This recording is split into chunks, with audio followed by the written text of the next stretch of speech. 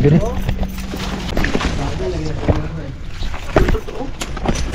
Uy. Masa to?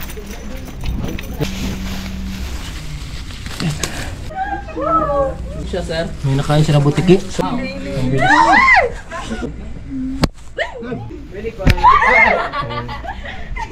So dako siya. Ayan.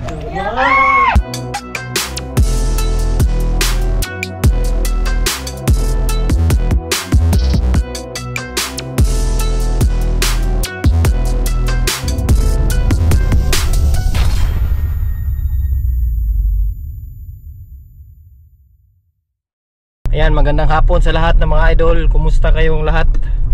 Maraming salamat sa lahat ng mga tumutok sa mga nakaraan natin ng mga rescue vlog. Lahat ng mga idol natin dyan na always nakasuporta sa ating mga advokasya sa rescue tsaka sa wildlife conservation and protection. Kumusta po kayo? So today may emergency rescue tayo ngayon dito sa Deka Homes Mulig. Isang subdivision to na always natin nare-rescuehan. So dito tayo always nakaka-rescue noon ng mga ahas, mostly cobra, mga summer cobra. So ito yung area natin, papunta tayo, paakyat tayo ng bundok. Ayan. Deka Homes Mulig is sakop ng Turil District dito sa Davao City. So libre yung rescue natin mga idol. Ito yung number natin. Rescue, free rescue dito sa Davao City. Tulong natin to sa ating mahal na syudad ng Davao. Bilisan yung biyahe natin ngayon kasi nga emergency, mga bata yung andun sa bahay. Marami sila, mga estudyante. So mga minor de edad pa, baka madisgrasya sila. Ma-rescue natin yung ahas ng ligtas, tsaka walang madisgrasya. So time check 2:43. So mag-alas 3 na ng hapon. Ayan. Marami tayong mga cases ng mga ahas, lalo na yung cobra kapag ganitong oras, kasi nga yung sinasabi natin, always natin binabalik-balikan 9 AM to 3 PM. Yun yung mga most likely na na ating mga na encounter, na experience na sightings ng ahas, lalo na sa mga residential. Ganyan yung mga usual na ng mga oras. So hindi ko sinasabi na firmly na 9 to 3, pero yun nga, may term tayo na most usually, most probably ganun na mga oras na aktibo kasi nga mainit. So ayan, nandito na ako sa may Manambulan area. Malapit na tayo sa sunod na barangay, Mulig na. So balikan natin yung subdivision na always natin tinutulungan noon. So ngayon lang ako nakabalik dito sa Deka Homes Mulig. Hindi ko alam kung bakit hindi na tayo tinatawag, pero shoutout pa rin sa homeowners ng Deka Homes Mulig, kanila Sir Bonnie. Yan, Sir Bonnie, shoutout sa inyo.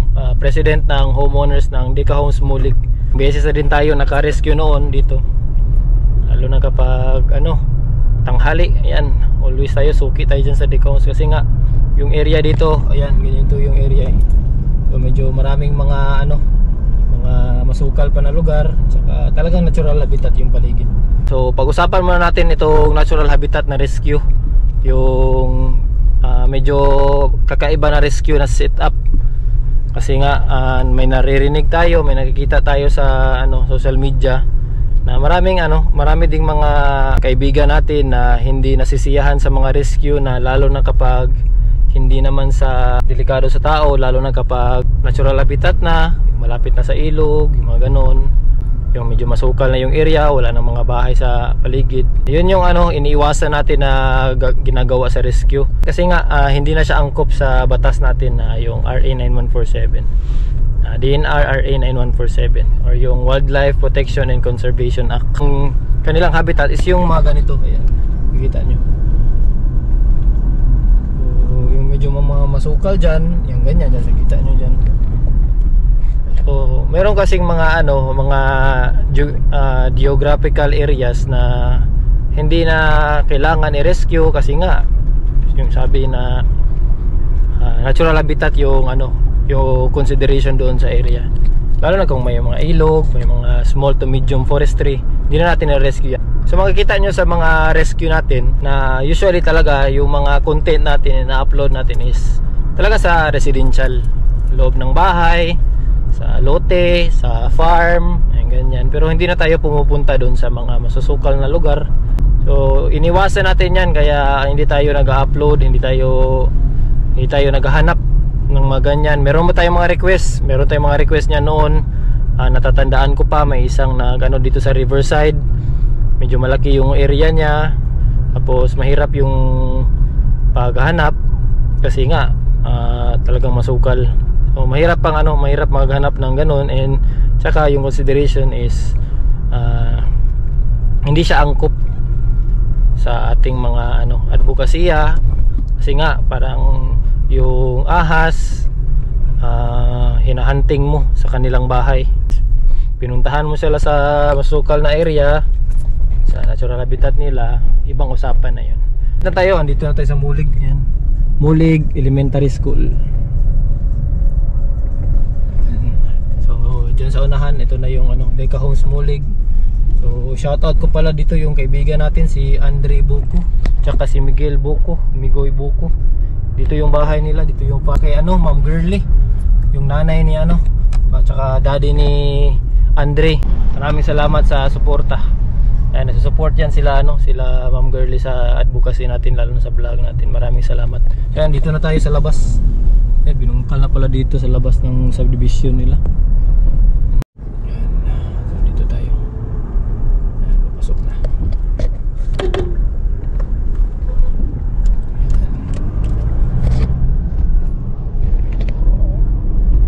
Ito yung papasok dito sa subdivision nila.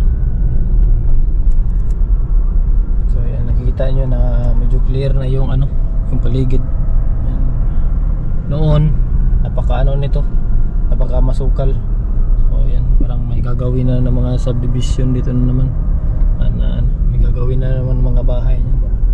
So ayan mga idol, nandito na tayo sa area. Ayan, ito na yung area.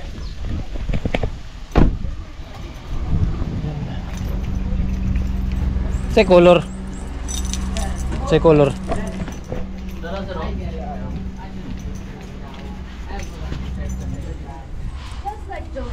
Ay, man eh. Dili man ni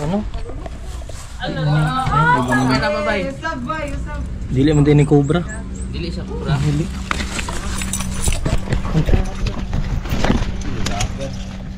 Dili.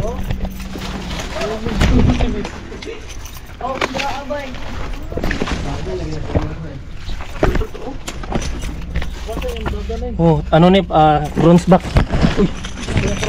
Masa to? Dili ni Cobra. Ayun, isang malaking adult na bronze back tree snake. Wala ni siya venom. First time mga idol. Ito yung pinakamalaki na bronze back tree snake yung nakita. Napaka-adult na. Oh, malaki. Yan. Isang bronze back. Hindi ba daw mag-picture? Bronze back tree snake. Hindi siya cobra. So mura na siya nakao, no? Busog siya, sir. May nakain siya na butiki. So yung pagkaon na ni butiki. Ang bilis. So wala na siya venom. Okay. May venom, pwede na gulitan niya. Pero dili po, mamaak po siya. Yan. So ito yung pinakamalaki Pwede na gulitan ang ulo niya, mag-picture. Oh, later na. Snake punta magana pa. Kay Gug.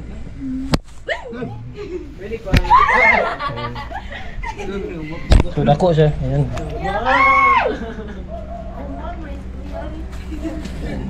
Bronze back tree siya. Ang nakaon niya mga butiki. So may nakaon ni siya na butiki. Iyahang ban gusto. Mga reptile. Gagmay na butiki po. Gagmay. Oh, usually mo ginaan niya. Pero sakit po na siya mamaak. I-release na po niya siya. Di man siya dili man siya delikado sa tao. Oh, dito delikado.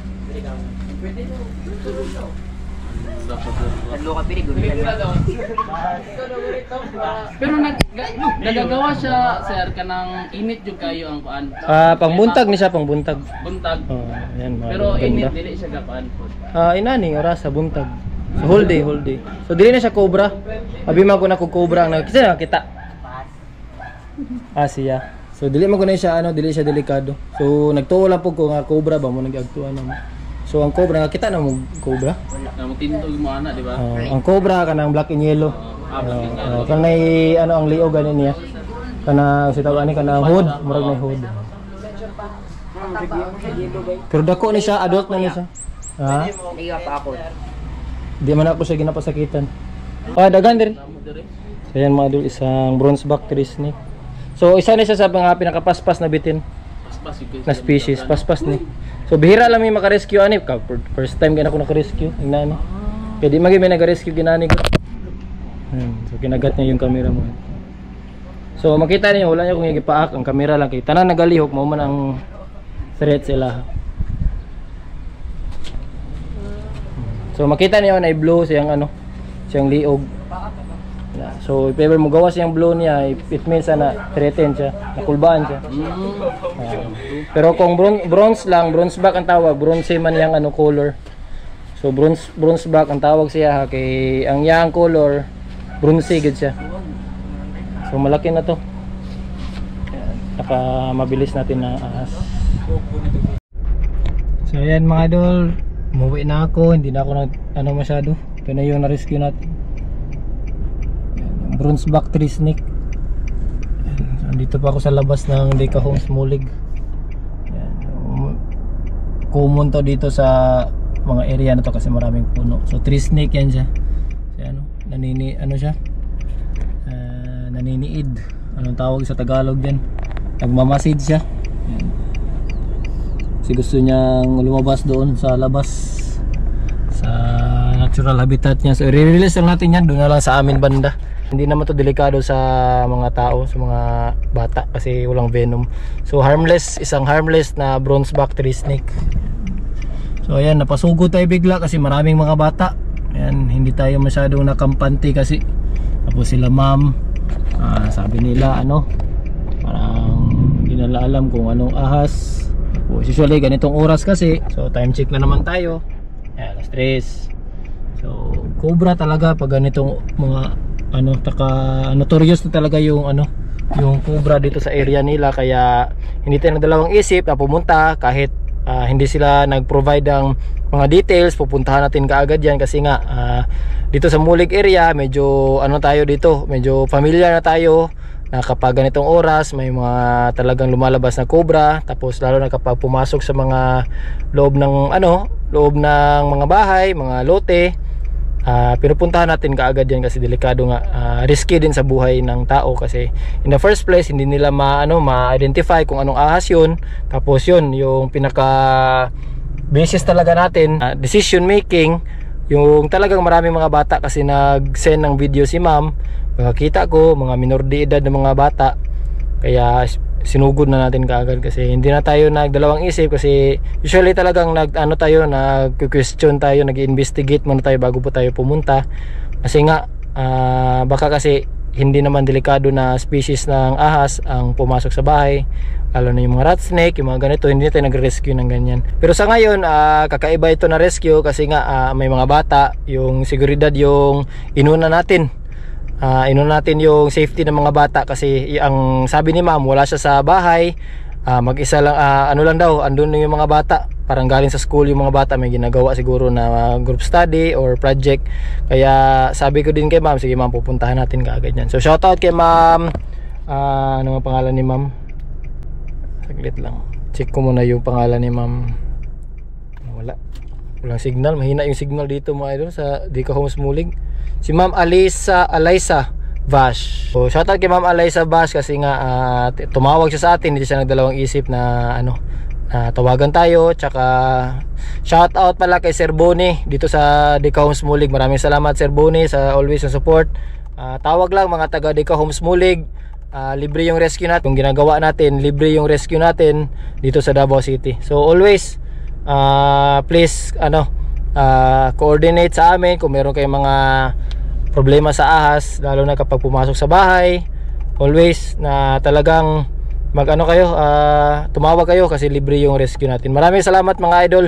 Napakahirap maghuli ng bronzeback tree snake, lalo na sa amin, dun sa bahay namin, sa farm namin. Talagang pag may nakita ko na bronzeback tree snake, hindi ko nahuhuli yan. Mahirap kasi sobrang bilis. One of the fastest snake ito na species.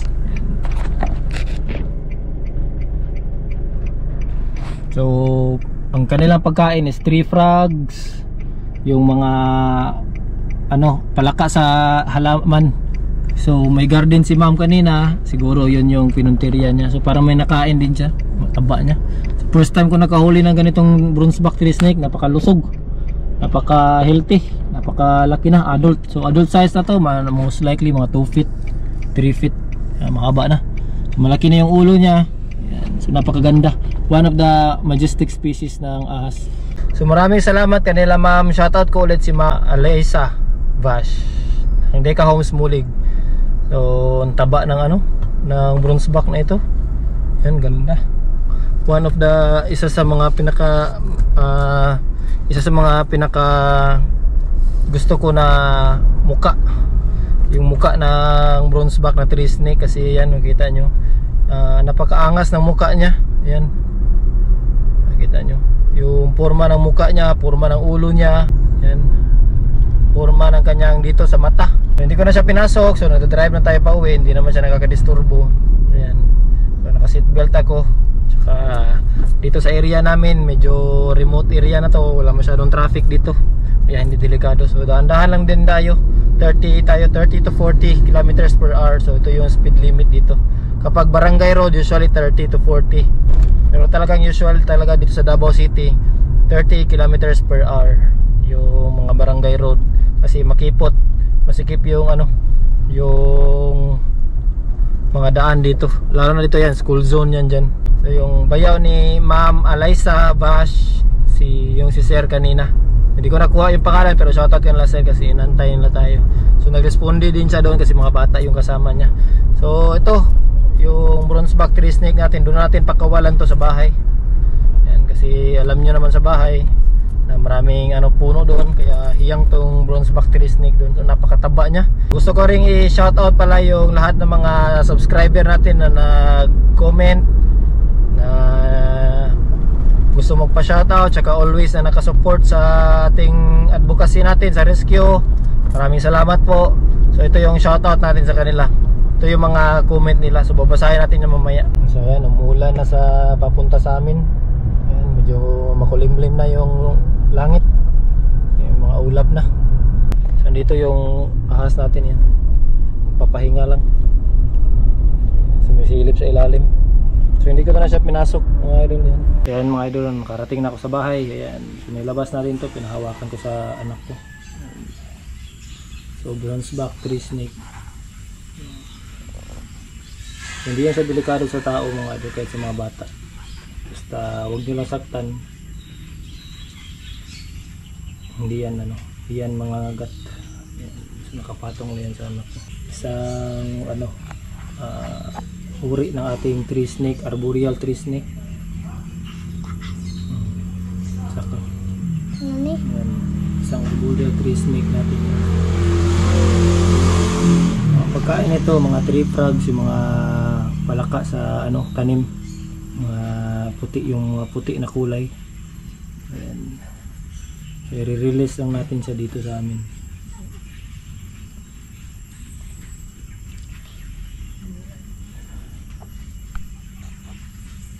So humahaba to sila ng 3 feet. Ayan. 2 feet to 3 feet. Ayan. So ito mataba na to mga idol. Ayan.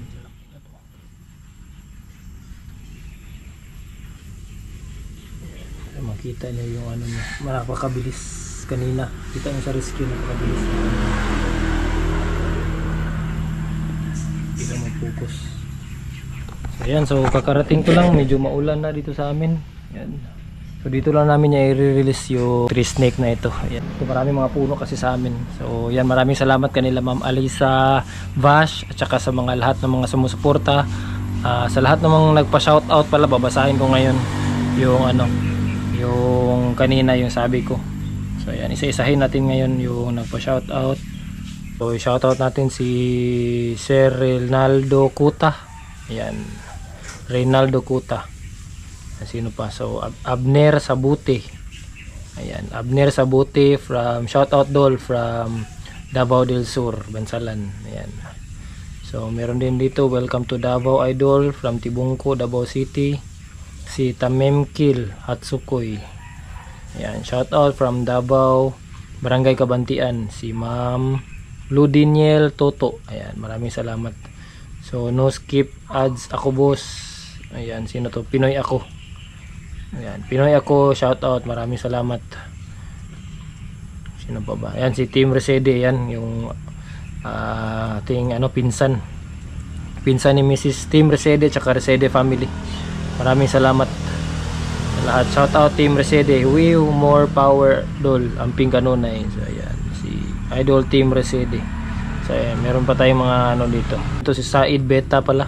Said Beta always yan, solid. Moneyboy Sekretarya. Ayan, Sir Moneyboy Sekretarya. Jimmy Orasyon. Ayan, Jimmy Orasyon. Shoutout Sir Jimmy Orasyon. Florita Hiroy, Jiroy, Florita Jiroy. Ayan. Makoy, sini Makoy. Ayan, keep it up Dol. Maraming salamat sa imong malasakit sa dabawin niyo. Shoutout po. Ayan, Makoy. Keep it up Idol. Shoutout din kay Ma'am Valerie Ugsod. Tama ba ni? Valerie Ugsod, yan, Dol Cobra, Diyos ko, kaisog sa Cobra, masukol jud eh.